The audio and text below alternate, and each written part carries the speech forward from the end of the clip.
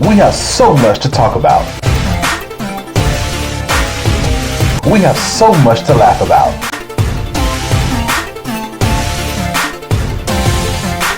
All here on Finkley.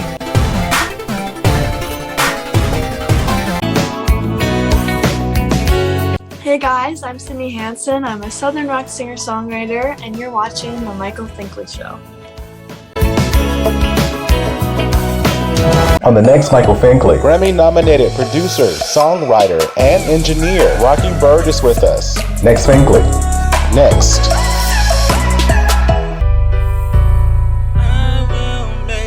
If I can make it through the night, just to see a brighter side, 'cause I've been working all my life just to make. Hello everybody, welcome to Michael Finkley Show. Thanks for joining us today. Y'all had a great opportunity yesterday. I was able to present on behalf of my consulting firm, the Finkley Experience, at the 5th Annual Men of Color National Summit at Clemson University, right here in South Carolina. Again, this has been happening for the past 5 years, and I was blessed enough to go as a participant for 4 of those years. And so, 3 of those years, because I skipped a year. So the 4th year of me attending this awesome conference, I was able to present on college and career readiness, preparing high school students and college students for their college and career endeavors. It was an awesome time. Now, if you have not heard this conference before, it's an empowerment conference where they invite different influential men of color, and they motivate and inspire the next generation of men of color, ranging from middle school to high school, elementary school, all the way up to college, even us professionals as well. So thank you so much, Clemson, for the opportunity to present at this awesome conference. I hope to do it again next year. Thank you so much. Y'all, another awesome guest today. Y'all, we are talking with Grammy nominated producer, songwriter, engineer. His name is Byrd. Rocky's with us, and he talks about his fantastic time within the industry and what he plans to do next. So y'all, don't you go away. Another awesome show. Back in a moment. Next, we have Byrd with us. Don't you go away. Back in a moment.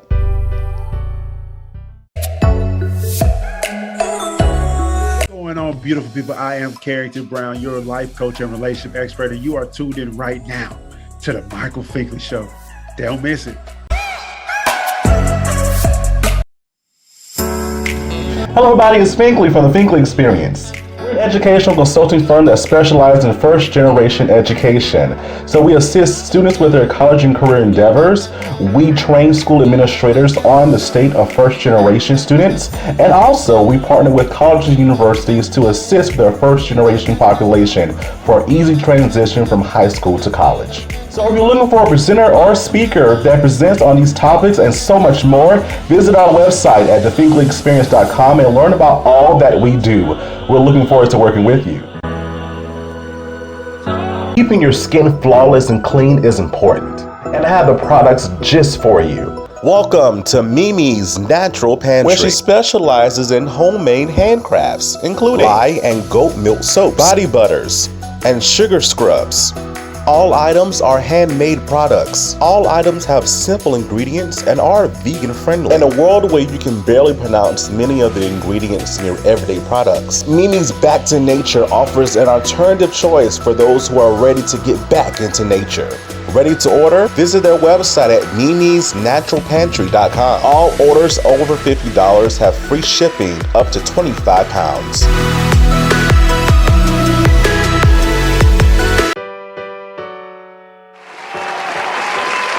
Everybody, welcome back to the Michael Finkley Show. Now, y'all, my next guest, he is a Grammy-nominated producer, musician, songwriter, and the list goes on and on and on and on. But we're going to talk about it more. He is none other than Byrd. Rocky, thank you for being with us today. You're very welcome. Very welcome. Oh, I'm excited because I did some research on you and talking and just reading, and we're just going to dive right into it. So I love the quote. I think that this fits your personality, but correct me if I'm wrong. I love the quote that says, "Work hard in silence, and your success will be your noise." Do you believe in that? I truly do. With the way things are right now in society, you tend to have a lot of people that will downplay your success. You tend to have a lot of people that will hate on you, talk behind your back, and that sort of thing. So, I've always been a true believer of moving in silence, but also at the same time, like I will never hide my success. I'll never downplay any of the things that I've done. If I get a new plaque in the mail, I'm putting it up on Facebook, I'm putting it up on Instagram, that sort of thing. I won't shove my success in people's faces. I definitely try to stay humble, but I do 110% believe in moving in silence for sure, and letting your work and your work quality and your ethic speak for itself and speak for you. Yeah, and your work ethic and your works do speak for you, sir. They definitely do. So let's talk about way back when, right? Let's go all the way back. Brandon. How is Brandon different than Rocky? Brandon probably left me in high school. I can't get rid of that name. I haven't changed it. Brandon and Rocky are somewhat similar. I will say that much. I think that Rocky is a little bit more outgoing. Rocky has a different game face than Brandon does for sure. And I feel like Rocky commands a little bit more respect than Brandon does. At the same time, while both being humble for sure. But there's enough of a difference between the two that I can turn them both off. They haven't, one hasn't taken over the other. That's for sure. I gotcha. And when were you first introduced to music? Back in Missouri, when were you just music? When did that become part of your life? Excuse me. So my dad was an R&B and soul singer. I mean, he played the guitar, he played the clarinet in like middle school and high school and marching band and all that stuff. So I want to say, I mean, it was very early, very, very, very early. My sister played the clarinet in high school. My dad played the clarinet in high school. So, my brother was the sports guy with baseball and wrestling and running track and all of those things. So I kind of picked up on the music as well. So I inevitably ended up playing the clarinet in middle school. So, back then it was either band or home ec. And so I chose band over baking cookies and learning how to sew. And so, I mean, I want to say 11, 12 or so. I started playing the guitar when I was 9 as well. So it was just one of those things that kind of transferred into itself. Gotcha. And what kind of transferring power you have? Because again, you have been so successful in your doing. At what point did you realize, you know what, I'm kind of good at this whole writing, singing type of industry, right? I want to say probably 14 or 15. I saved up. I was actually bussing tables, which is about the only thing that I could do. My parents signed off on their little work release thing, and when when you're that age, and I saved up enough money and I bought my first sequencer. So I mean, it was a Korg XP60, I believe. So it was like the first synthesizer that had the function on it where you could make loops and then chain the loops together and make beats and stuff. So I want to say 14 or 15. The one thing that got me hooked was like the first Neptune's beat that I heard for a group called 702, and the name of the song was called Star. And I mean, from that, I was hooked between 702 and Babyface and Usher and Justin Timberlake and NSYNC and all these people that the Neptunes were producing for in 2000, 2001, 2002, 2003. That's what really hooked me into the whole like music production thing. So I started making beats, but I had, no idea what I was doing, no direction. And it took me hearing the first Neptune beats from Pharrell Williams and Chad Hugo to really like secure that mode of mine into music production. Gotcha. And you worked with some awesome artists down through the years as well since your beginnings. Tell Think Fam some of those artists and some of those, even though some of those songs that you contribute to. Man, I've produced for T-Pain, Nicki Minaj. One of the songs was called Tonight.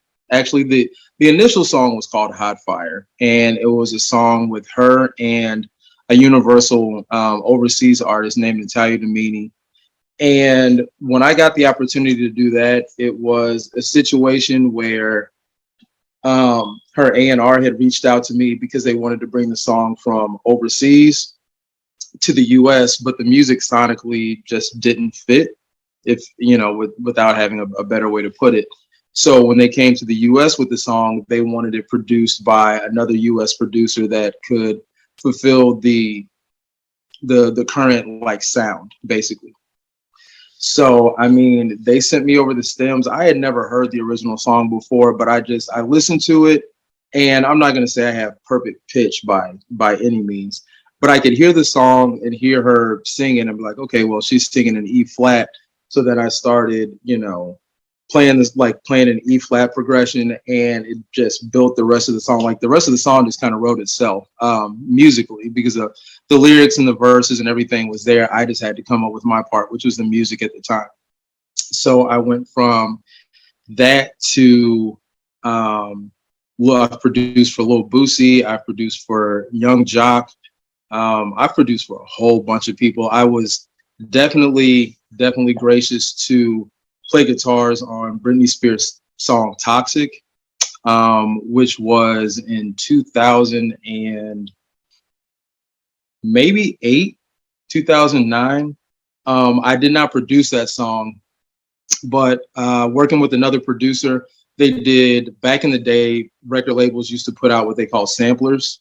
And what they would do is they would go get like remix DJs and stuff like that to remix like the current radio versions of the song. So something happened and the producer lost the original guitar session files. And he literally called me and was like, hey, Rocky, he was like, you play guitar, right? I was like, yeah. And sure enough, I mean, he asked me what I would charge to play, and I wasn't going to charge him anything. And I'd be dang if it wasn't 5 minutes and I had the most money I had seen in a long time in my PayPal. And all I had to do was go back and play the original guitar version, like lick for lick, note for note. And then my name was stamped on a Britney Spears record as a guitar player. So, I mean, it's nuts, but I said the same exact, I couldn't believe it. It was unreal. It was unreal. You know, and it's still unreal to me this day that I could be, you know, 15, 16-year-old kid making beats in his mom and dad's basement. And, you know, 15 some odd years later, you know, have lived in Los Angeles and, you know, got Grammy nominations and been to the BET Awards and the Grammys and been on red carpets. That sort of thing just doesn't happen to any and everybody. So, I mean, you kind of just step back and enjoy it while you're in the moment and just make sure that you never forget those memories. Definitely. Living in the moment, right? Living. Of course. Enjoying the moment too, not only living it, but enjoying the moment, as I know that you do. So within the different artists you work with, again, your resume is extensive, providing vocals and, you know, playing instruments and producing. Which do you like doing the best? Or is it a combination of all? To be completely honest, I think for me, being a producer is probably the best hat. You know, I might be a strong writer, I might be a great guitar player, I might be an awesome engineer, but my heart will always and has always lied with production, because that's where I am the most creative. And I've played in plenty of bands and stuff like that, but I get gun shy real quick. I get stage fright so easily. And I don't know what it is about not having to say anything, but just working under, you know, a crunch for me. But for me, production is where it's at, for sure. You know, I can relate to you on that too. You know, when I'm in a bind, right? It could be the ninth hour. I'm at my hardest. I'm at my best. Trucking, Right? I produce my trucking, yep. best, in that. So I definitely relate to you in that. But not only do you thrive within the music realm, but you're an educated man as well. You went to college for mass communications. How did your education assist you in what you do today? So the mass communications thing, I didn't really fare me all that well. I mean, I guess the fact that I can talk to anybody about anything. I mean, you know, a grandmother about her grandchildren, or, you know, the little kid that, you know, got a lollipop after his first haircut. I mean, I can talk to anybody about anything, including you, apparently.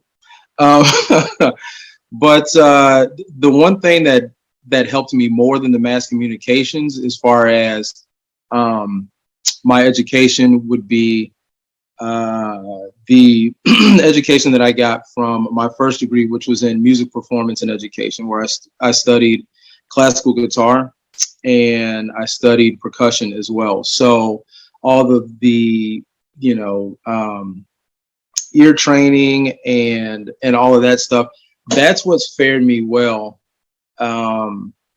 in my career, more so than the degree in mass communications. Mass communications just mean you can listen, and it means you can talk. You know, it's it's not too much more than that, but definitely all the composition classes and things that I've taken have definitely helped me as a music producer. You know, not only can I tell the runner to, you know, if I'm working on a pop song or something like that, and somebody says, "Oh, I think it needs guitar." Okay, well, go hand me a guitar at the live room, and I can record it myself. Or if they want to bring in a studio musician, whether it's a drummer, a bass player, a sax player, another guitar player, I can then, in turn, when they get there, tell them, "Hey, look, I want you to play in between this. I want you to hit on the one with this. You know, the record's in B flat major, so stay within B flat, you know, E sharp and C." So, you know, having all of those music theory aspects and stuff like that that I learned in college and high school, that's what helps me the most being a music producer. Again, it shows, sir. It shows, it shows, it shows. I appreciate it. I definitely appreciate it. You're welcome. You're welcome. We have to give honor where honor's due. Definitely. Agreed. Agreed. Thanks again. You're welcome. So a little birdie told me that you once worked for Roc Nation. I did. I was a staff producer at Roc Nation. So I was not DJ Mustard. I wasn't, you know, Pharrell. I wasn't Dr. Dre. I was the guy that would reproduce the songs that were brought in by other artists. So if an artist got a record deal and the song was done by a producer and the record label decided to buy the producer off of the track, you know, give them 10 grand, and then the record label then owns the track. So I would be the guy that artist would then come back in, and then the songs would get redone, or they would get added to, or things would get taken away without, you know, fear of being sued for, you know, theft or anything like that, because they had already paid the other producer to take his name off of the song, so then they could do with it at will what they wanted to. But that whole situation was amazing. I got to work with some amazing writers. I got to work with Bridget Kelly, who I am very, very fond of. She is a beautiful woman, I will say that. So Bridget is an amazing writer as well. So a lot of the things that I did at Roc Nation, I was still able to get placements with artists on Roc Nation's roster, with other artists on other record labels' rosters as well. That was the one thing, like, they didn't confine me to just Roc Nation. But it granted me access to the other artists, and it granted me access to the other producers and writers as well on Roc Nation's roster. The people that you saw on TV and the people that you didn't see on TV. Gotcha. And again, your resume just continues to grow by the moment. You have a unique style. If you're producing, if you're providing instrumentals, if you're providing vocals, all of that engineering, all that, it's you, Rocky. It's your unique style. Why do you think people still continue to seek you out? Because I've always been a big believer in being a student of your craft. I know it is cliche to say, but at the same time, it's probably one of the best things that you can do. And it doesn't matter if you're a talk show host, if you're a music producer, if you're a burger flipper, if you're, anything that has to do with putting a product out for public consumption, you need to be able to soak all the education. You need to stay current, take bits and pieces from different places, different people, and things like that. And the style that I have now is a combination of all the people that I've met, all the people that I've worked with, all the music that I've heard, just a combination of everything. So that's what makes me me. Yes, Brandon is Brandon and Rocky is Rocky, but Rocky has met a lot of people over the years and just gathered different things from everyone. And that's what gives me my unique sound. I love it because, again, at the end of the day, you're standing the test of time. They're always after you. Always. I sure hope so. Yeah. I want to be a Quincy Jones. I want to be, Pharrell Williams. Mm-hmm. I want to be, all these people that have been able to do that and stand the test of time. If Quincy Jones was able to, in his age right now, produce records, he would not be an icon because he would still be current. You know what I mean? People love his demeanor, his sound, his knowledge. I mean, just everything about him. And the same thing with Pharrell Williams. I mean, from 90s until now, you've seen producers be one-hit wonders and come out and fall off and never come back. You know what I mean? But decade after decade after decade after decade, I mean, the people that were current back then that are still current now, they're there and they're current. They're here for a reason. Exactly. If it wasn't for, Michael Jackson's producer, I mean, Michael Jackson is Michael Jackson, but I mean, the people behind Michael Jackson, Berry Gordy and all these people, those are the ones that make these artists as big as they are. I mean, you can't take away from anybody's ability to perform, anybody's ability to write, but it's like, an artist needs songs and songs need producers. And if it wasn't for us, those things would never come to fruition, Definitely true, my friend. Definitely true. So continue to do what you do because you're doing a good job with it. You're doing I will do my best. I'll definitely do my best. Love it. What are you currently working on now, Rocky?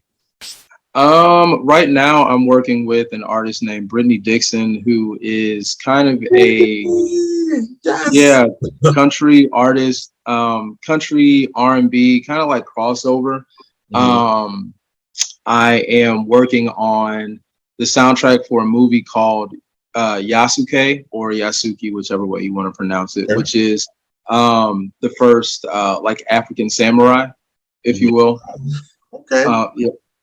Yeah, blew my mind too. So the project was brought to me. I had no idea who he was, but I definitely went back and did my research for sure. And so it's a great project. It's going to be a great movie. I've worked with this writer and this director before in the past on other film projects. So I know what he's like, which, means I know what to expect and I know what's expected of me. And he's come back to me threefold after the first time, because this is the fourth one. This is the fourth movie that I've done for him. So I'm working on that, and that's about it. I mean, there's a long list of independent artists and things like that around here, but the list is too long to go through. But those are the big things that I'm working on right now, for sure. Gotcha. Just staying busy, I see. I have to. That is what pays the bills, sir. That part. Well, what I'm not mad at it. I'm not mad at it at all. That's the other thing. Producing for artists is amazing, but to have your hands in every possible pot. TV, film, video games, commercials, just all sorts of stuff. And I've done all of those things in that list. So, the one thing I will say is that being a music producer doesn't just mean you're pointing and clicking on Fruity Loops anymore. There's a difference between a beat maker and a producer. A producer can go into a studio with an artist and have nothing, no skin, no bones, no lyrics, no nothing, and come out with a full song, a full record, you know, which is one thing that I'm definitely good at. So I will say this to say that you know, being able to keep myself busy, as you mentioned before, it is a lot harder than you think. But if, you know, like I said, if you immerse yourself in different things, you can usually stay afloat. So you're doing more than staying afloat. I'm on cloud nine as far as that's concerned. Because you're doing what you love, and that makes the difference. That's the key. That's the key right there. Yeah. You hit the nail on the head. That's the key. Doing what I love, which in turn makes it easy, and which in turn makes it fun. So you sound like you're working. Yeah, not right now, but I am. Yes, sir. That part. Yeah. How can the Think Fam find you on social media? Okay, so my Instagram is Blackbird Music. That's BLACQUE, which is the fancy way of spelling black, French. And my last name, BYRD, and the word music. And that's the biggest platform that I'm on right now is Instagram. So again, it is BLACQUE BYRD MUSIC. All right. You heard it here, Think Fam. Y'all, it's Rocky. Rocky, thank you for being with us today. We appreciate it. Hey, you're welcome. Bro. Thank you for having me. Thanks for having me. You are very, very welcome. You got to come back again, too. You have. I would love to. I would love to. Yes, sir. Next time, we want to see face to face. That's how we do it. Deal. All right. I look forward to it. All right, Think Fam, don't you go away. Back in a moment.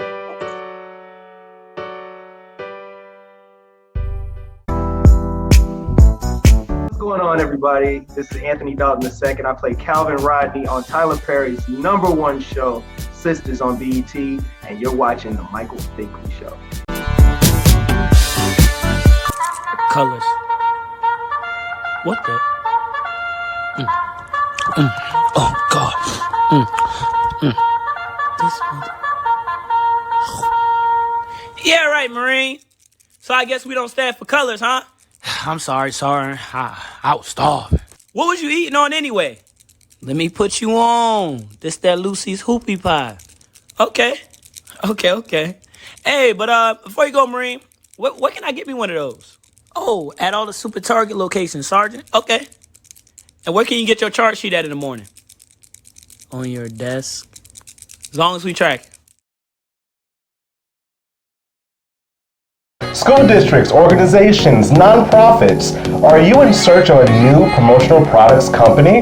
Seegers Promotional Products is a Black-owned national company with over 780,000 products to choose from. Compared to other promotional products companies, they have the lowest prices in the industry. From pens, bags, shirts, they got you covered. They always remember that you are the customer and you come first. They always promise fast production and also fast delivery. With Seegers Promotional Products Company, you truly have the best. Check out their website at seegerspromotions.com and also on Facebook and LinkedIn.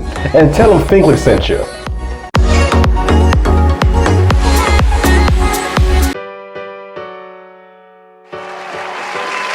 Everybody, welcome back to the show. I hope that you learned something from our guest today. Thank you so much, Rocky, for being with us and just telling us your story in your words. We appreciate you. Thank you so much.